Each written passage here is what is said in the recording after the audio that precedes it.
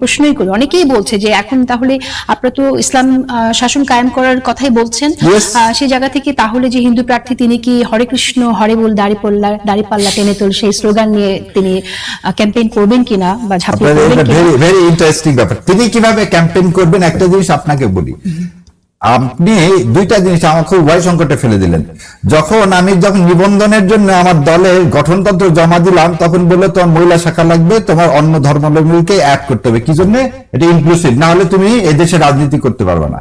আচ্ছা ঠিক আছে, আমি তখন অতীত ঘেটে টেটে দেখলাম যে ওমর রাদিয়াল্লাহু আনহুর সময় 4-5 জন, খলিফার সময় 4-5 জন যারা রাজস্ব আদায় করতো, প্রধান বিধর্মীরা ছিলেন।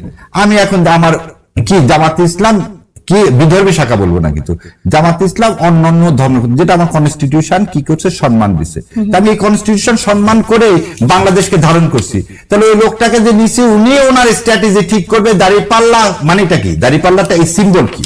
ন্যায় বিচার। সেই ন্যায় বিচার কি হিন্দুর জন্য আলাদা, মুসলমানের জন্য আলাদা? ন্যায় বিচার সবার জন্য। The parameter is same. Allah বলছে মিজান মানে কি? ন্যায় বিচার। আর আল্লাহ হচ্ছে কি আমার আপনার, তাই ব্রহ্মা মানে কি? আর আমি এই যে ইন্ট্রোকে শুরু করছিলাম যে পূজা রোজা, এটাকে আমি খুবই অপছন্দ করি। এই ধরনের কথা বলা উচিত না, এবং এটা আমার পার্সোনাল মত বলতেছি যে যারা এটা বলছে তারা ভুল করছে।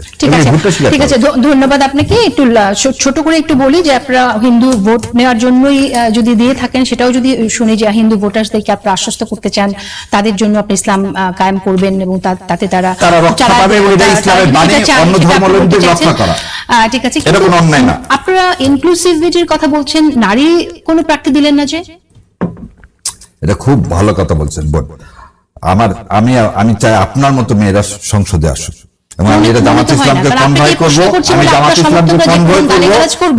শোনেন না বোন, শোনেন আমি বোন আপনাকে প্রথম দিন থেকে বোন বলে, এবং আপনি যত সুন্দর ভোকাল, আমার ইনশাল্লাহ আমি আল্লাহর কাছে দোয়া করি আপনার মতো মেয়েরা জামাত ইসলামের হয়ে সংসদে আসুক, এবং ইনশাল্লাহ সে দোয়া যেন আল্লাহ কবুল করে, এবং আপনি জামাত ইসলামের হয়ে যেন সংসদে আসেন, সেজন্য আমি খাস করে দোয়া করবো। এবং আমি জামাত ইসলামের যে জামাতকে এই কথাটা অবশ্যই পৌঁছাবো যে আপনার মতো মেয়ে, এত সুন্দর জ্ঞানী মেয়েদেরকে বাইরে রাখা ঠিক হবে না, এনাদেরকে সংসদে নিয়ে আসতে হবে ইনশাল্লাহ। সাংবাদিকতা করবে কি?